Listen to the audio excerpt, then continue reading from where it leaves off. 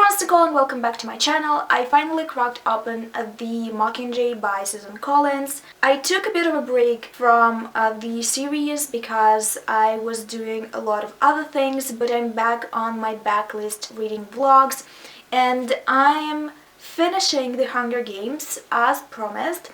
It is the first time I'm reading this series overall. If you have not seen my previous two videos for The Hunger Games and Catching Fire, I'm going to link them so you would be in the loop with my opinions and thoughts. I'm currently on page 109 on chapter 7, and a lot of stuff happened in the book already that wasn't included in the movie, which is a point of constant frustration for me because in the movies the District 13 and their citizens and rulers were much more empathetic, or seemed to be, and this has more insight into their morals and the intricacies of their life, which I find very interesting. The highlight of this book for me still is Finnick Odair, even though he had kind of a mental break at the first few chapters and now he's getting a bit better. I also see how people started really shipping Gale with Katniss.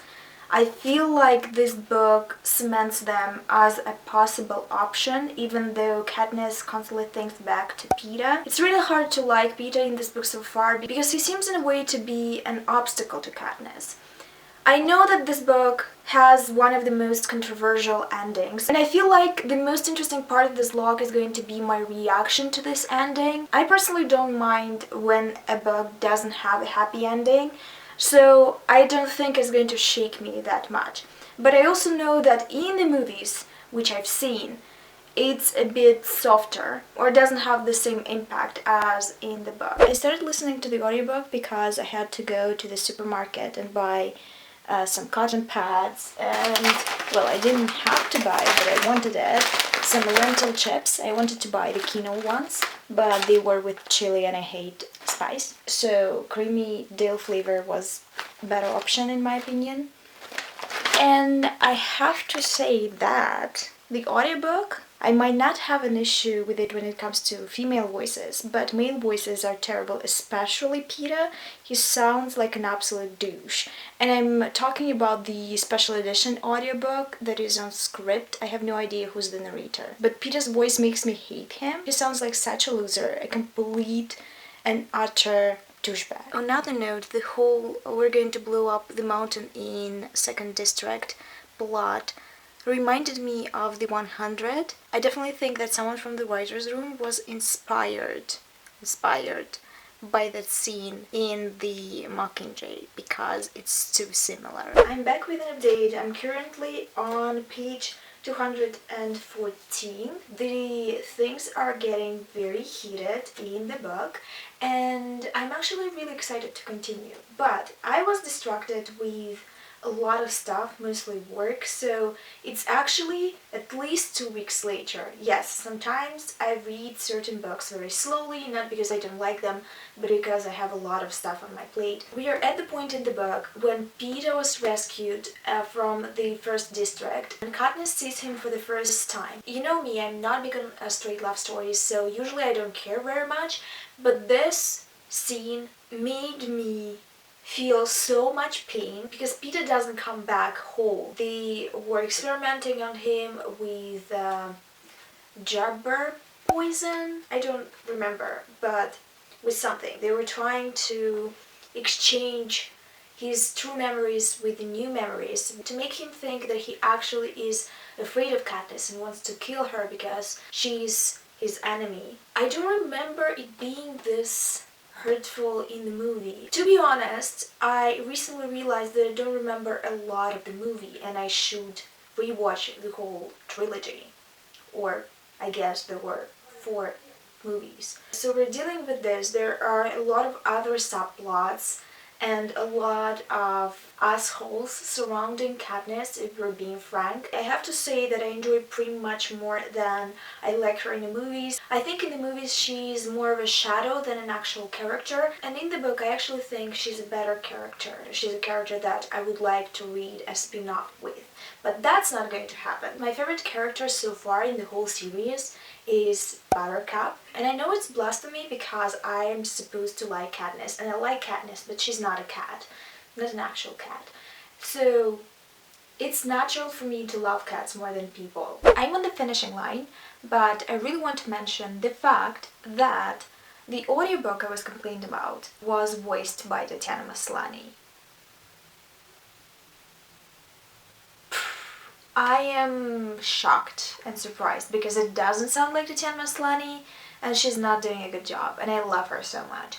So I think either Scribd is mistaken or it is a different 𝕊𝕆𝕀𝔸𝕃, just a girl with a similar name, but it sounds very unique, so I don't believe there is a 𝕊𝕆𝕀𝔸𝕃. It's just weird if there is one. If you know something about it, tell me in the comments down below, because I just can't believe it's 𝕊𝕆𝕀𝔸𝕃. It doesn't sound like 𝕊𝕆𝕀𝔸𝕃. Anyway, regarding the book, the scene between Katniss and Joanna broke my fucking heart. I can't even compute. I shipped Katniss, Peeta and Finnick in my last video, at least I told you so, and I still kinda stand by it, but Katniss Joanna is where it's at, and we still ship that too, so... What else? I am closer and closer to the end, and I find it very hard to ship Peeta and Katniss too, because, I don't know, I just don't feel it. The amnesia trope is not my thing, and Peeta sort of forgot that he loves Katniss. So I don't feel the vibe, and I don't understand why the fandom ships it, but whatever. Gale is also kind of boring at this point, so I am simply rooting for Katniss, as usual. You give me a love triangle, and I prefer for the girl to stay alone. It's like a trend with me. A lot of people died already. It wasn't a surprise for me because I've seen the movie and I know that Finnick dies, and even though it was sad, it was kind of just wrapped under everything that is happening, so they didn't have an opportunity to mourn him yet, so I didn't feel very sad even though I love him. His death literally was half a page, which is a bit disrespectful, to be honest, but also it made me not care as much. I wanted more drama for this moment, because if there's no drama, then I don't feel anything. Maybe I'm just not very empathic. Anyway, I just want to finish this book at this point because it's no fun reading it. We all know that I'm not big on dystopian novels, and when shit hits the fan especially, so I just want to finish it. It's been a while since I started, and I want to move on with the series and read something else from the backlist books that I'm interested in. You can always leave some in the comments down below. I always ask about that because I don't know what people are interested in me reading. I'm not going to read Twilight though. So I finally finished reading Mockingjay by Susan Collins, and I have a few thoughts.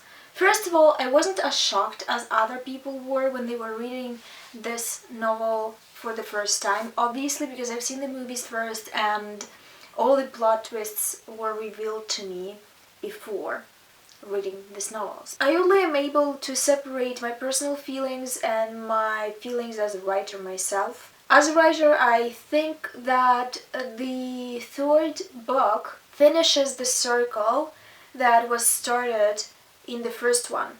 So as a series, as a whole, these three books make a lot of sense. I do believe that all the sacrifices and all the death in this book actually make it more interesting, actually raise the stakes. But when it comes to my personal feelings, I'm kind of upset. Still a little bit upset about it. Even though I managed to have a degree of separation between myself and the book, partly because I don't care about dystopian genre in general, I feel that Finnick's death was very anticlimactic. I already expressed my feelings on this in an earlier clip, which makes it a bit useless. Then there's Prim's death, which feels much more devastating because she's so young, and because of her close relationship with Katniss, and we're reading this book from the Katniss's point of view. I didn't cry when she died. I didn't cry when Finnick died. I did cry a lot, and when I say a lot, I mean a lot, when Katniss was trying to throw the cat away because he came back looking for Prim, and she starts breaking down and crying. This scene, I think, is so masterfully written. I think it's on the par with the scene from the first book when Rue died. What I want to say overall is this series still is very readable. I'm still not going to read more dystopia because I don't like it personally, but this series has rights. And from now on I would be able to tell people that I've read the series. In the comments down below, tell me where you were when you read the finale of the series. How old you were, what you felt, how do you still feel about it, or maybe you don't care about it anymore. I want to announce that I'm going to continue with the series, and soon I'm going to post a poll on my YouTube community tab where I'm going to ask you which backlist series you want me to read next for these vlogs. On this note, as always, thank you for watching. I hope you enjoyed these videos, and I'll see you soon with another one. Hopefully it's going to be super creative, but I just don't know yet. Bye!